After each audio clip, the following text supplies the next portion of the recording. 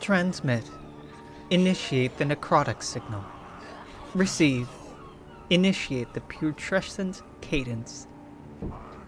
Damn it. Wasn't quite fresh enough. Illumine the reanimated. Witness. Zombies. The dead walk. Say the sentence, Sweetwing. Just as impossible as anything else that has happened to you since the bee. Yet it sits on your tongue easier. You are not that surprised. It is weird how much it is not weird. They have shambled through the zeitgeist of your species for so long. The dead that walk. Focus. Our aperture opens on Kingsmith. The fog came, and the townsfolk walked into the sea. Something that was lately them walked out. The dead that walk. Horrors from the depth of the ocean and the chill of the earth, rising with unnatural hungers. The clothes and dead faces look familiar, but the vacant eyes hold none of the hope and emotional relations that once inhabited the husks. They answer the call of the Draug. Scanning. They require no rest, feel no pain. They only walk and kill. No heartbeat, no brain function. They are not organisms run on vital systems. Their bodies can take tremendous trauma before being disabled. Human flesh sates their hunger above all. Yet those that starve will prey on animals. Other undead hold no interest to them. Those imbued with anima enjoy some protection from their infected bites. The zombie curse stretches into varied manifestations, some by design, some by vicious chaos. We see them. We see the fast zombie. See how they run, the most common of Kingsmith's zombie population. Their flesh and sinew is fresher, their movements more spry. These are the recent townsfolk of Kingsmith, called into the ocean by a siren's call, familiar faces in the strange decay. We see the Ripper, a variant of the fresher dead. Some particularly frenzied strain of necromantic magic worked its way into their bodies. Their claws are longer, their mouths impossibly filled with teeth. They constantly move like sharks. We see the elder zombie, vermiculated and maggot-ridden. They are the corpses awakened in their old graves. The fresher zombies receive the command to dig up their more decomposed kin. This is not the first time sinister forces have been at play on this island. There are many fetid things buried in its history, though these older shamblers are sluggish and more fragile than more recent counterparts. They draw from deeper reserves of necromantic power.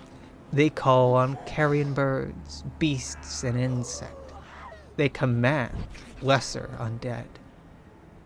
We see the hulking zombie, deformed monstrosities. They were physically changed by the occult energies in the fog, in the filth, in the centuries of layered wards and runes cross-hatching Solomon Island, and other dark factors. They are grotesque accidents, and the only shambling dead that will not answer to the whim of the Sargasso Sea monsters. With their power, they have freed themselves from the control of the Draug and wander the island is unpredictable, walking weapons of mass destruction. We see the wet zombie, the waterlogged ones. They were buried in the sea. As the Draug traveled across Sargasso with the fog, they swept up all the dead sailors of all the ages along the way, and they are still being called to Kingsmith by the Draug. Woken from their deep graves, they slowly walk along the ocean floor and on to the beaches of Solomon Island. We see the cultist zombie. These are the cadavers of those who in life served certain strange priesthood.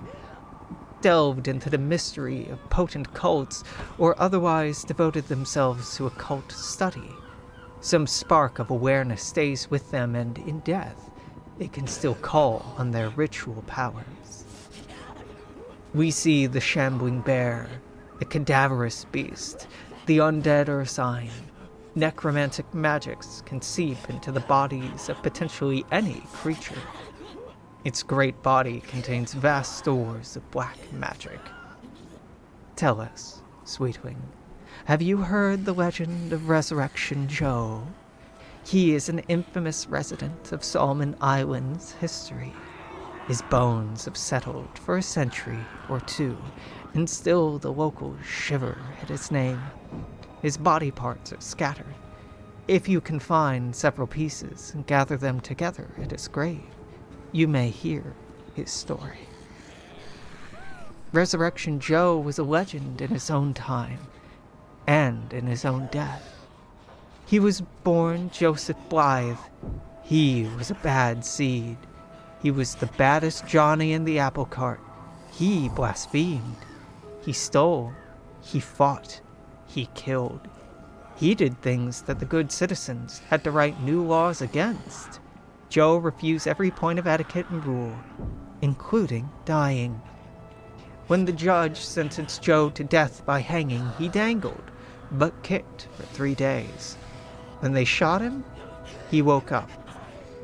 The record's blank.